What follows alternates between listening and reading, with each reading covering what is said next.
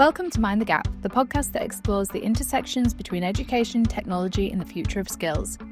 Today we have a special episode with our guest host, Jess Milligan, diving into the world of STEM education and the RAF's innovative approach to inspiring the next generation. We're joined by Wing Commander Russell Barnes, OBE, and Sergeant Adam Clare. In this episode, we're exploring how the RAF is tackling the STEM skills gap, the role of gaming in education, and the exciting ways they're engaging young minds through esports, virtual programs, and interactive STEM resources. Stay tuned for an insightful conversation on shaping the future of STEM. A very warm welcome to you both. Hello. Why don't we start with just both of you running us through a little bit about yourselves and your backgrounds? Russ, why don't we start with you? Okay, well, I'm an RAF regiment officer. I have served in the Air Force now for close to 40 years. I'm no longer a regular serving officer, which means I left regular service 6 or 7 years ago now to run the youth STEM program full time, and that's what I do as my main role now. In running the youth STEM program, we have a simple aim. We are trying to encourage as many students as possible to keep studying STEM subjects at exam level and after, really to make them in the pool to be future engineers and not out. And that is a free program offered universally across the country. Amazing. Adam, what about you? So I've been in the Air Force for 19 years. I'm a non-commissioned officer. Started on the tools on Tornado, working on weapon systems, moved my way to transport fleet. I've worked across the globe with those, and I've been working on the Eurofighter for about the last 9 years. Amazing. Thank you for that little bit of background. Let's start by diving straight into the STEM program then and talking a bit about that. It feels like a topic we talk about a lot, getting people to stick, getting the next generation to stick with STEM. Big challenge, really. So why don't you start by telling me a bit about the challenges you face and how the program works and tries to counterbalance those challenges? Okay, well, the RAF are actually one of the first organisations to recognise the growing shortage in the name of STEM qualified people against the increasing demand for those skills. And our programme began back in 2008. It began primarily on the premise that getting more girls into STEM. If as many girls studied STEM subjects as boys, there wouldn't be a shortage of STEM qualified people in this country. And so that remains our biggest challenge. We also go to great lengths to try and make sure we reach as many people who would not think of engineering as a future and therefore never consider studying STEM subjects. So it's about awareness as well, making sure people are aware of the opportunities available to them. Now, I can't stress enough that in the youth space, we're not a recruiting program. Everything we do is about educational support. As many kids as possible study the right subjects, stay in the pool to be potential future engineers, and understand the future of what technical roles are available to them if they have those skills. So our program is completely free. We run a program literally from the tip of the Shetland Islands down to the Channel Islands, and we have a target of reaching 1 million students a year, something we have comfortably been exceeding for the last 6 years. And I'm confident now in saying that the RAF Youth STEM program is the largest such program of its kind in the country.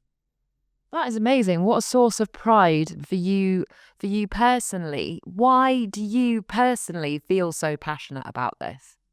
Well, I kind of fell into this almost by mistake. My last regular job in the service was based at RAF Cranwell, and I was asked to assist in the preparation of the RAF 100 programme back in 2018. It celebrated our 100th anniversary. Now, a key element of that was an Inspire programme aimed at young people. And we developed a STEM programme from the very small programme the RAF had been running for a number of years, and we grew it very substantially to support the Inspire programme for RAF 100. Following the 100th anniversary, it was determined the programme should continue at that level. And that's when I left regular service, basically to stay with it. Having spent 3 years developing what was the largest single year of engagement any military unit had ever done with young people, we wanted to make sure we continued to benefit from that. So I moved into this job full time and have been doing it ever since. That is amazing. What an achievement and what a source of pride for you. What does it look like when you talk about the outreach side of things and raising awareness? You know, run me through some of the projects and campaigns you've been doing? Well, our programme is basically delivered in 3 main ways. The most engaging of which is always face-to-face engagement. Where you put people in front of students and you're doing stuff that they are physically engaged in. That's always the best way of influencing people, the best way of helping them to understand the benefits. And frankly, it's more fun. And fun is quite a key part of what we do. I like to think of it a bit like education by stealth. As soon as you go if you're in a school, you're enjoying what you do. You're no longer thinking about this being school, this being education, and you're learning very much by stealth. So the face-to-face engagement program is by far the most important part of what we do. We do that in lots of ways. We send numerous contracted partners with whom we work, like Scoop, into schools to deliver specialist activity we develop together, which always has a theme to it, which relates to what the RAF do in terms of technical capabilities. But we tend to use as engagement themes space, aerospace and cyber. Now, it doesn't really take a huge amount of brains to figure out you can wedge most things into that with a bit of imagination. And everything we do in that engagement is curriculum mapped, so it supports what the teachers need, frankly. We also run a fairly large virtual program that began in 2020 when COVID prevented us doing direct engagement. We had anticipated the virtual program will come to an end when we went back to normal face-to-face engagement, but because of the reach for cost, we can't do so. It still reaches a huge number of other students who would not otherwise be able to engage with us. So the virtual program remains, usually supported by kit we send to schools in advance, so they have something physically to do while we do the virtual engagement. We also have a considerable amount of engagement done through the offer of free STEM resources which are given to schools. And I say these are curriculum mapped for every area of the UK, every country, and teachers can download them and access them directly from our website or from numerous other sites across the country, the Royal Academy, STEM Learning and various others. And that allows them to offer curriculum map resources to teach STEM subjects that are more difficult to access, particularly at primary school level. It's interesting that you say that the virtual side of things almost started, as we've seen with a lot of things, off the back of COVID and was potentially going to be a temporary thing. But then actually we live in such a digital age that people are used to that. We've seen that in pretty much every workforce across the country. You take on a digital tool, but then actually it seems to have stayed and become a part of everyday life.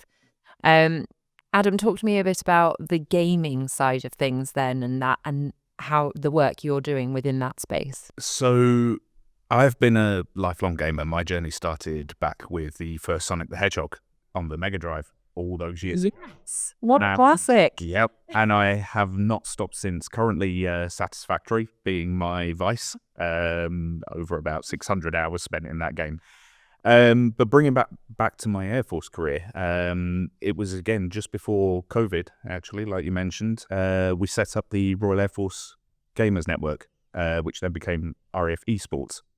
So the Royal Air Force has put a lot of time and a lot of weight into connecting players across the force and giving them an opportunity to play with each other, get involved in regular esports events such as Code Bowl, where we play Call of Duty against the other services. We have regular Rocket League tournaments. We have our own Formula One driving league. And the game I play and manage as well as the Minecraft side of things. And just the support the Air Force has given actually has been fantastic to the esports. And it is now a recognised sporting activity within the Royal Air Force, which is fantastic because it unlocked a whole new level of support for us.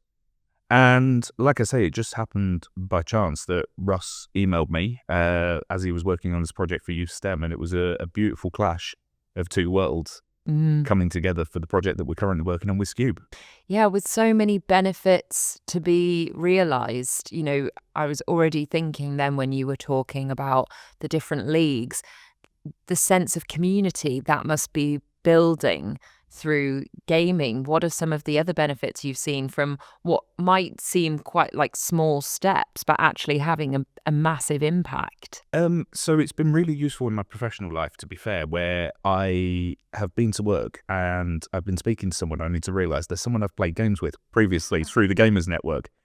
And it's opened up avenues. So one of the things on the non-commissioned side, we are especially keen to teach our people new skills and to develop our people and sort of prepare them for later in life as needed. And through these contacts, through these people that we're playing games with, we're finding out about opportunities that may not have been advertised very well, advertising them amongst ourselves, advertising them to our peers. Myself in particular, I've learned how to code. I've learned how to do video game programming. Again, I started with an old game, 1993's Doom, an absolute classic, and then moved on to developing my own games in the Unity platform, all based off of things that the Air Force has taught me. And through the Gamers Network, we've opened these opportunities between us. Amazing. You talked about the different worlds coming together, the STEM side of things, the gaming side of things, the utilities side of things. There's got to be sort of key values, key goals, key missions that bring you all together. What do you think some of those are?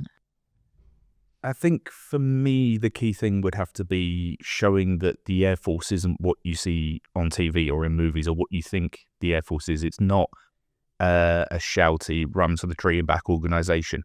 It's very much an organisation that wants to develop its people. It's also mentioned the RAF is very much a team in what we do. Everything we do is done in teams. Yeah. Consequently, using a game that allows you to practice as a team effort, delivering an activity which is also fun, is a great way of inspiring teamwork and showing people that you work together in order to deliver output. And the RAF is very much centred on activating in teams. And at Skube Climate, we're very passionate about breaking the norm, looking at ways to make education fun, the digital side of things. I'm interested to know what your impressions have been of working with Skube Climate so far since bringing them along on your journeys. Well, I think we're probably getting close to 18 months since our initial engagement. And we are now in our third development of the activity. So yeah, very, very well. And in fact, Skube have delivered quite a lot of in-school activity for us as well. And that's all gone very well. It was a new departure for us. We hadn't used gaming in our youth STEM program previously. And as Adam said, it's been great to combine the two things. And in fact, my kids, I remember as they were growing up, they were very into gaming in a way my generation never had the opportunity to do. So it's been great to bring that into a classroom as well and see kids, as I say, learning by stealth, doing something they enjoy, which gives them a learning outcome as well. Adam, what about you? Yeah, engaging with Skube has been fantastic, actually. It's nice to see how like-minded we all are, especially in the gaming sphere, speaking to the developers, speaking to the team behind the game. It's great to find common ground and be able to, dare I say, nerd out over this game. I'm loving some of the quotes that are coming out of this. Nerd out, learning by stealth. I'm going to carry these all with me today. Just lastly, because I know we're on a tight schedule here, looking to the future, we're not perfect yet. No one is. There's still a way to go. What are your hopes and goals when you look ahead at the challenges still to go? Russ? Well, in the program we're doing together, we're developing our single player options now, and we'll also, Adam will be building some deployable kits so we can take that out to shows and to engagement in schools, so we can basically use the game in the widest possible environment and also make it freely available to anybody who accesses Minecraft online. Amazing. Adam, what about you? Yeah, I look forward to seeing everyone on the road, to be fair. When we get the deployable kit, we can able to take it out there. And I look forward to chatting to people about not only the Air Force's gaming and the support we give to that and the support to learning and coding, etc., but also about the day job, about engineering on aircraft, about deployable, about going away with the Air Force. There's so much to it's not really a job, it's a lifestyle. And to share that with as many people as possible would be fantastic. Well, I feel like we have barely scratched the surface here. So all that tells me is you have to come in again and we'll have to do another podcast down the line. But for now, Russ, Adam, thank you so much for joining us today. Thank you, Jess. Thank you so much for having us. That's a wrap on this episode of Mind the Gap. A huge thank you to Wing Commander Russell Barnes, OBE, and Sergeant Adam Clare for sharing their insights on the RAF's STEM initiatives and how gaming is playing a key role in education. And a special thanks to Jess Milligan for being a fabulous guest host. If you enjoyed this episode, don't forget to subscribe and share it with anyone passionate about STEM, education and innovation. Join the conversation on social media and let us know your thoughts. Until next time, keep exploring, keep learning, and mind the gap.